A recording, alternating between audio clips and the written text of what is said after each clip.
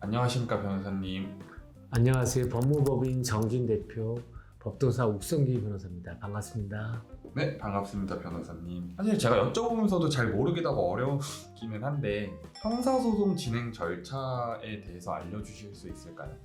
예, 간단하게 말씀드리면은 그 수사 단계가 있고요. 그다음에 기소 여부를 판단하는 기소 단계, 그다음 재판 단계 이렇게 세 개로 크게 나눌 수가 있습니다. 수사 단계에서는 고소 고발 등에서 수사의 착수에 의해 가지고 피의자나 아니면 고소인을 조사를 하고요. 필요한 경우 강제 수사를 해서 계좌 추적도 하고 그런 강제 수사를 하게 됩니다. 원칙적으로는 불구속 재판을 원칙으로 해서 기소를 하는 경우에는 불구속 재판을 원칙으로 하는데 예외적으로 증거를 인멸하거나 도망할 염려가 있는 경우에는 구속 재판을 하게 됩니다. 그러면 재판 단계에서는 증거 조사를 하게 되고요. 필요한 경우 증인 신문을 하고 최종적으로 선고를 하게 됩니다. 그리고 재판 단계에 가기 전에 이제 재판 단계와 관련해서 벌금이 경미한 사건의 경우에는 약식 명령을 해서 벌금형을 결정하는 경우가 있습니다. 그리고 그거에 대해서 이의를 할 수 있는 그 정식 재판 청구 절차가 있습니다.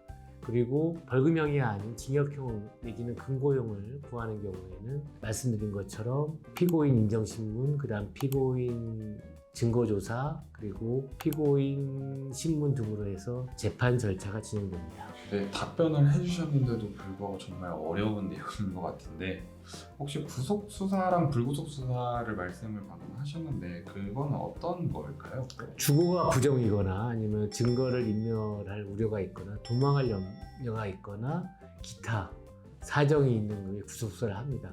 근데 그 구속이 워낙 엄중하기 때문에 최근에는 검찰에서 피의자를 신문합니다, 사전에. 그리고 신문한 다음에 구속영장을 청구하게 되고요.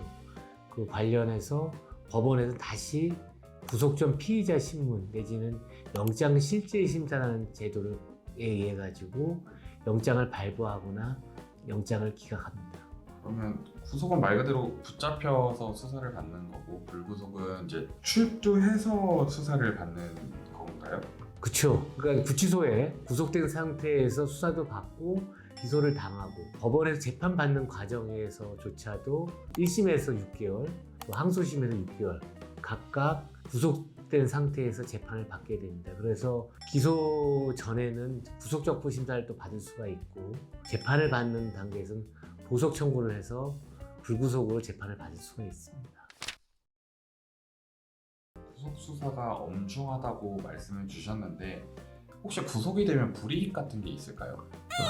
그거는 당한 사람만 알 수 있는데 구치소에 일단 들어가게 되면은 본인이 먹고 싶은 것도 못 먹고 당연히요. 먹고 싶은 건 못 먹고 불을 켜고 잡니다. 저희들은 불을 끄고 자는데 구치소에서는 여러 명이 같이 함께 잠을 자기도 하고 대부분 사람들이 직업이 있는데 직장에도 가지 못하고 엄청난 피해를 보는 거죠.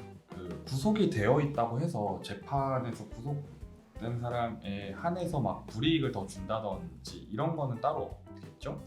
당연하죠, 그거는. 그런데 불가피하게 아주 예외적으로 다시 한번 강조하지만 주거가 부정이거나 도망할 염려가 있거나 증거를 인멸할 우려가 있기 때문에 부득이하게 하는 것이 구속 수사입니다.